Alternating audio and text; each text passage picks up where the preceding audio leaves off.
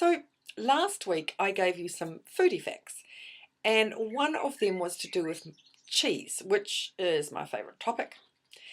Um, I said that cheese is a food with the highest concentration of the opioid compound casomorphine.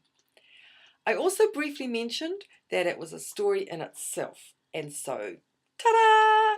Today, that's what it's all about, the cheese addiction. So first of all, what is casomorphine? Well, it's an opioid peptide or protein fragment which is derived from the digestion of milk. And just so you know, the protein in milk is called casein, hence how casomorphine got its name. Caso from casein and morphine from the opioid. Okay, so why has milk got this opioid in it in the first place? Let's go back to mother's milk.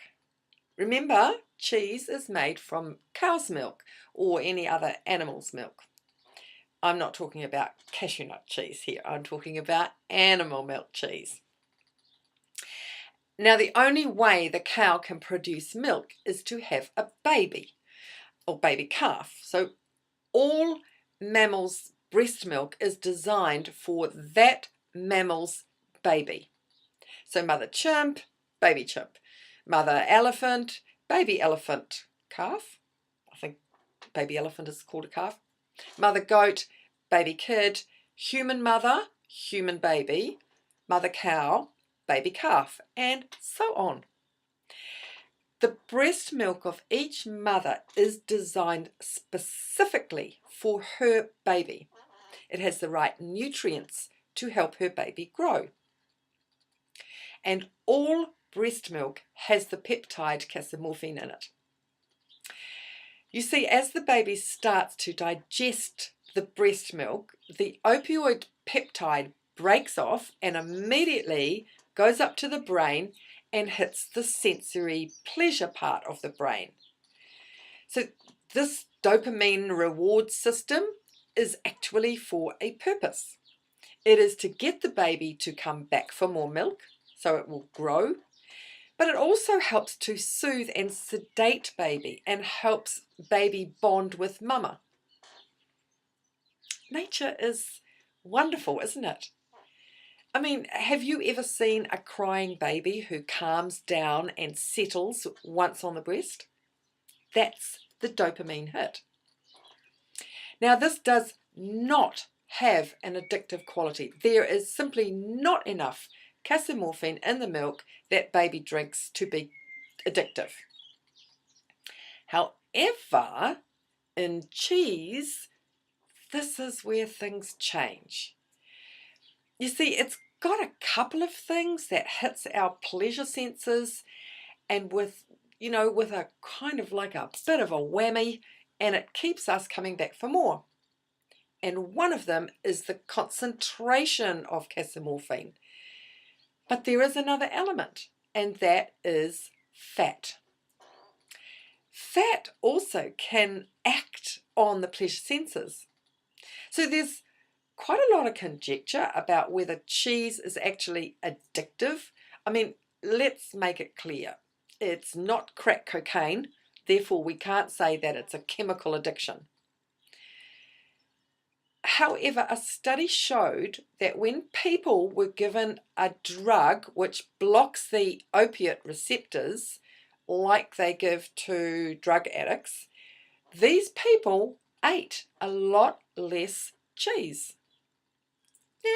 It was inconclusive as to whether it was the concentration of casomorphine or the actual fat that is present. But for me, it's that double whammy. You see, there's a lot of foods, mainly processed, that have fat and sugar in them, and they also can be addictive. Ice cream is one that I'm thinking of. However, when I'm out and about talking to people, I do know that the one main thing stopping people from going vegan is, I can't give up cheese. Everything else doesn't seem to be a problem. Go figure. And now it's time for the wee bonus fact.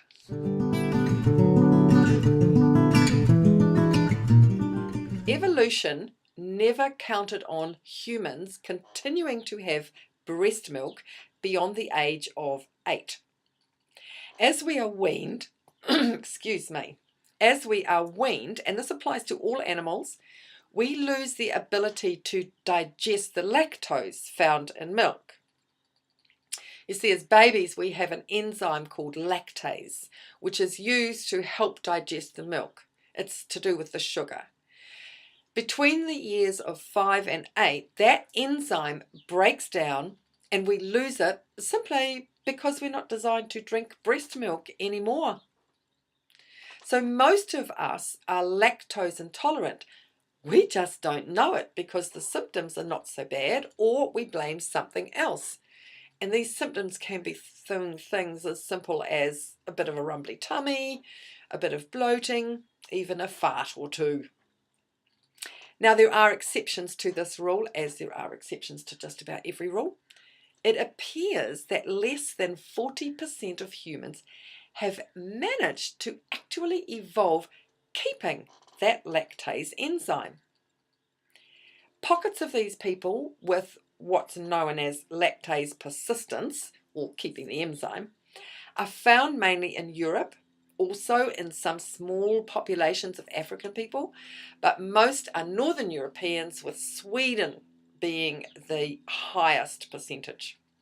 Hence the reason they can have dairy to their heart's content and not suffer the same health issues that the rest of us do from drinking animal milk. I am talking here from the point of view of health, not animal welfare. Countries who have many choices of foods should not have to resort to having animal products at all. That's it for today. Remember, have great food, make it whole plant-based, and be compassionate to all animals, including humans, and bless those babies.